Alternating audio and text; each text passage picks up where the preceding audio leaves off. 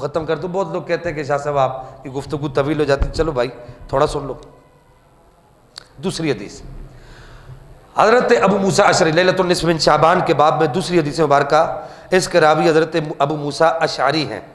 امام ابوۃ اللہ لالکائی نے شرح اصول اعتقاد السنہ کہ اس حدیث کا نمبر ہے 763. دیگر کتب حدیث کے اندر بھی یہ حدیث مبارکہ موجود ہے.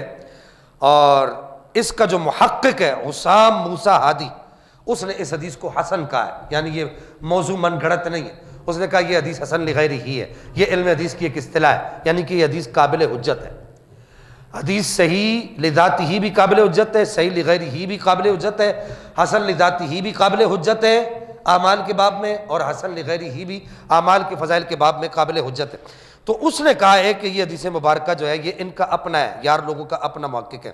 اس نے کہا ہے کہ یہ حدیث حسن لغیری. حدیث مبارکہ کیا ہے کہ وہ کہتے ہیں قال ان اللہ عن ابی موسیٰ الاشعری, حضرت ابو موسیٰ اشعری سے روایت ہے. وہ کہتے ہیں قال ان اللہ لیطلع فی لیلۃ النصف من شعبان فیغفر لجمیع خلقہ.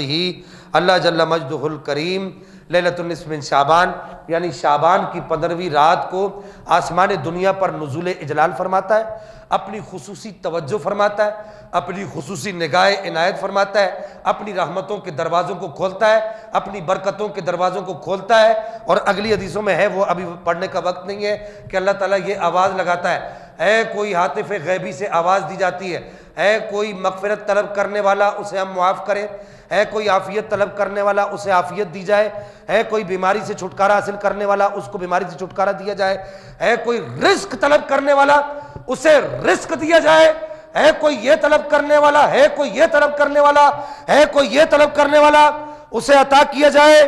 حضرت ابو موسیٰ اشعری کہتے ہیں کہ میں نے خود رسول اللہ کی زبان سے سنا کہ رسول اللہ ارشاد فرمایا کرتے تھے, آپ نے فرمایا اللہ اس رات کو اپنی رحمتوں کے دروازوں کو پورے طریقے سے کھول دیتا ہے اور چھما چھم رحمتیں برسنے لگ جاتی ہیں.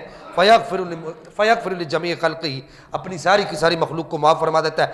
الا لمشرک او مشاہن, مگر مشرک اور مشاہن کو اللہ تعالیٰ معاف نہیں فرماتا. درود پاک پڑھی اللہم صلی علی سیدنا و مولانا محمد بعدد کل داء.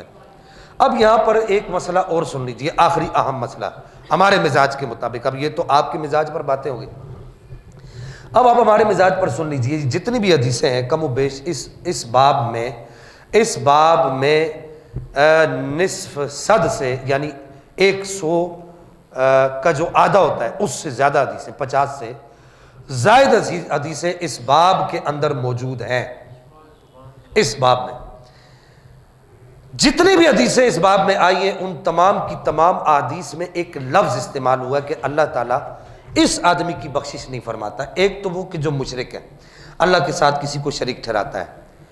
ان اللہ لا یغفر ان یشرک بہ ویغفر ما دون ذلک لمن یشاء. اللہ تعالیٰ اس آدمی کو کبھی معاف نہیں کرے گا جو اللہ کے ساتھ کسی کو شریک ٹھہراتا ہے. مشرک وہ ہے کہ جو اللہ کے ساتھ کسی کو شریک ٹھہرائے. اب ایسا نہیں ہے گھر میں دال پکی تو شرک ہو گیا, ایسا نہیں ہوگا.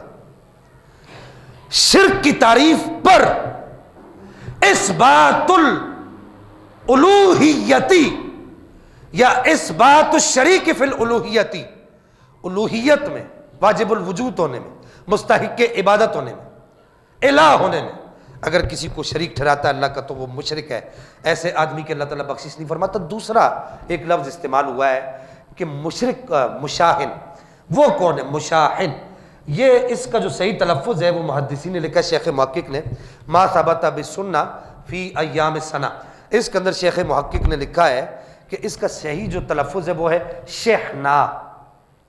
شاہنا بھی پڑھتے ہیں علماء, شہنا مشاہن کینہ پرور.